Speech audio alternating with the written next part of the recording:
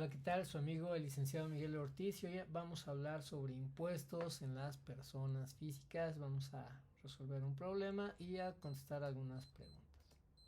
Bueno, aquí nos dice, realiza el cálculo anual de una persona física que obtuvo ingresos e intereses en el 2014 de una cuenta de inversión en el banco por 87,000 pesos, deducciones personales por 11,000 y retenciones ICR por 7,000 pesos.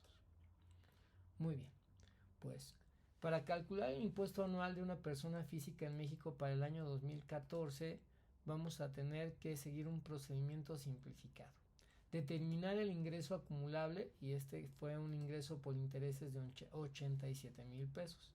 Aplicar las deducciones personales, estas fueron por un monto de 11,000 pesos. Y bueno, vamos a calcular el ingreso gravable y el ingreso acumulable de 87,000 pesos, deducciones por 11,000. El ingreso gravable es igual al ingreso acumulable menos deducciones personales. Entonces nos daría un monto de 76,000 pesos.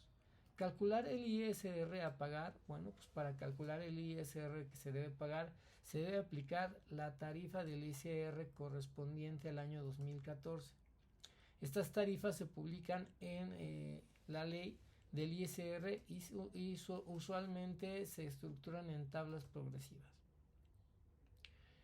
Sin embargo, se menciona que hubo retenciones de ICR por 7,000 pesos. Esto significa que el banco ya retuvo el monto de impuestos de ingresos por intereses antes de entregarlos. Entonces, nuestro siguiente paso sería ajustar el impuesto a pagar con las retenciones. El impuesto retenido, recordemos que es 7,000 pesos. Determinar el impuesto a pagar o el saldo a favor. Si el impuesto calculado según la tarifa del ICR es mayor a 7,000 pesos, la persona tendría que pagar la diferencia, pero si el impuesto calculado es menor, tendría un saldo a favor por el cual sería acreditable contra otros impuestos o también esta persona podría solicitar su devolución. Por ejemplo, si después de aplicar una tarifa correspondiente al ICR calculado fuera de 9,000, entonces el contribuyente debería pagar 2,000 adicionales menos los 7,000 ya retenidos. Si el ISR se fue calculado de 6,000, tendrá un saldo a favor de 1,000 pesos. De esos 7,000 retenidos menos 6,000 del ISR calculado. Con base a este ejemplo vamos a contestar estas preguntas. ¿Qué debemos tomar en cuenta para el cálculo de impuestos y obtener un premio? Tipo de premio. Si el premio es en efectivo, en bienes o servicios, la tasa de impuestos, dependiendo de la legislación, los premios pueden tener una tasa específica de impuestos sobre la renta ISR. La retención de impuestos. Algunos premios ya tienen el impuesto retenido en la fuente. Es importante verificar si el monto recibido es neto o es bruto de impuestos. Declaración de ingresos. Los premios usualmente deben declararse como ingresos en la declaración anual de impuestos. Deducciones y extensiones. Verificar si existen deducciones o extensiones aplicables según la legislación. ¿Cuál es la razón por la cual una persona puede obtener dividendos ya que esté obligado al recibirlos? La razón.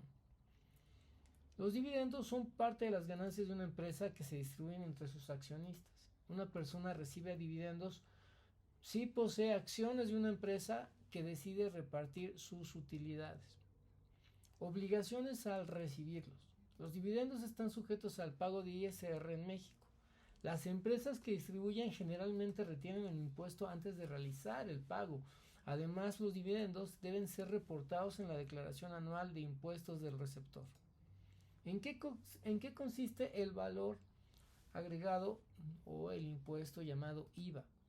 El IVA es un impuesto directo que grava el consumo de bienes y servicios y se aplica en cada etapa del proceso de producción y distribución, pero el consumidor final a quien lo paga.